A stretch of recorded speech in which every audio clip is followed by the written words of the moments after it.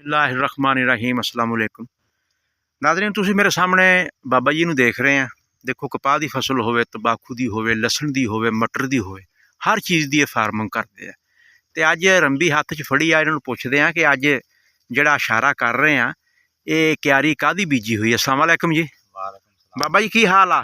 ठीक, अपने हाल सुना। दुआवां अल्हम्दुलिल्लाह। ते अज रंबी जी कीती है काहदी क्यारी आ? ये लसन कोड़िया ते हैगी आ पनीरी तंबाकू भी। तंबाकू दी हाँ जी, दिखाइए। दिखा लो। अच्छा ऐ उगदी पई है। अच्छा उगदी पई है। हाँ। ते किन्ने दिनां दी उम्र हो गई इहदी? इनू 21 दिन हो गए। 20 दिन। हाँ, नस्ल किस्म केड़ी है?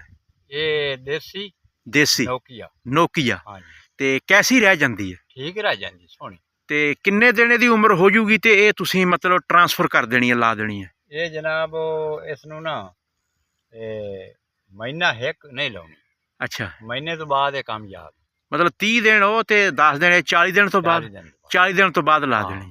ते ਜਦੋਂ ਲਾਉਣੀ ਆ ਉਦੋਂ ਕਿੱਦਾਂ ਦੀਆਂ ਖੇੜਾਂ ਹੋਣ, ਜ਼ਮੀਨ ਦੀ ਤਿਆਰੀ ਕਿੱਦਾਂ ਦੀ ਹੋਣੀ ਚਾਹੀਦੀ ਹੈ? तैयारी फुल करके जमीन दी ते रूड़ी पा के हाँ DAP पा के हाँ ते खेलां कढ के हम्म बेशक रेजार नाल खेलां च कड्ढो। अच्छा एक साइड ते लाओ, अच्छा तंबाकू एक साइड ते लगे, हाँ जो गोडी सौखी होंदी है। हाँ जदों वाह हो जावे ना एडा एडा, हाँ उस वेले दूजी साइड तो कई दे टप्पे नाल ओदे मोड़ दे नाल थल्ले बंदा लेंदा जाए। अच्छा हाँ जी, ओबे ते हो जांदा।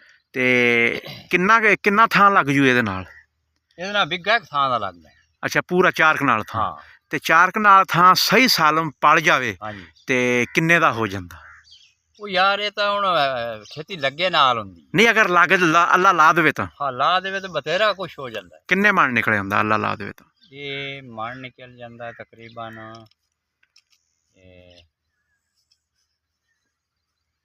20 ਮਣ 25 ਮਣ ਦੁਆੜਾ। ਅੱਛਾ ਅੱਛਾ 25 ਮਣ ਲੱਗ ਜਾਂਦਾ। ਇਸ ਤਰ੍ਹਾਂ ਇੱਕ ਠੇਲ ਤੇ ਲੱਗੇ ਹੋਏ ਹਾਂ 20-25 ਮਣ ਨਿਕਲ। ਅੱਛਾ ਰੇਟ ਇਹਦਾ ਕੀ ਕਿਸਾਨਾਂ ਨੂੰ ਮਿਲ ਜਾਂਦਾ? ਰੇਟ ਤਾਂ ਮਾਸ਼ਾਅੱਲਾ ਇਹਦਾ ਬਥੇਰਾ ਹੈ। ਅੰਦਾਜ਼ਾ ਫਿਰ ਵੀ? ਐਤਕੀ ਤਾਂ ਫੇਰ ਵੀ ਤੇ ਪਰੋਂ ਤਾਂ ਜਿਹੜਾ 1200-1300 ਤੇ ਰਿਹਾ, 14 ਤੇ ਹੀ ਰਿਹਾ ਕਿਲੋ।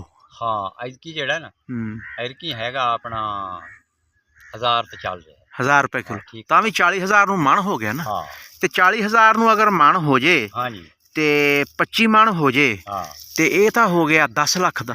ਹਾਂ ਬਥੇਰਾ ਕੁਛ ਹੋ ਜਾਂਦਾ ਹੈ। ਮਾਸ਼ਾਅੱਲਾ ਬੜੀ ਮਾਸ਼ਾਅੱਲਾ। ਫਸਲ ਹੈ। ਅੱਛਾ ਬੜੀ ਫਸਲ। ਇਹਦਾ ਮਤਲਬ ਅਗਰ ਬੰਦਾ ਮਿਹਨਤ ਕਰ ਲਵੇ, ਮਿਹਨਤ ਤਾਂ ਕਰਨੀ ਪੈਂਦੀ, ਮਿਹਨਤ ਤੋਂ ਬਗੈਰ ਕੰਮ ਕੋਈ ਹੋਏ। ਮਾਹੌਲ ਸਾਜ਼ਗਾਰ ਰਵੇ, ਹਾਂ ਪੂਰੀ ਕੋਈ ਬਿਮਾਰੀ ਨਾ ਆਵੇ, ਗੜੇ ਨਾ ਪੈਣ, ਬਾਰਿਸ਼ਾਂ ਨਾ ਹੋਣ, ਹਾਂ ਸਹੀ ਤਰੀਕੇ ਨਾਲ ਪਲ ਜਾਵੇ ਤੇ ਅੱਲਾ ਇਹਦੇ ਵਿੱਚੋਂ 10 ਲੱਖ ਰੁਪਈਆ ਇੱਕ ਵਿਗੇ ਚੋਂ ਦੇ ਹਾਂ ਸਕਦਾ ਜੀ ਜੇ ਬੰਦੇ ਦੇ ਬਖਤ ਸਾਥ ਦੇ ਜਾਣ।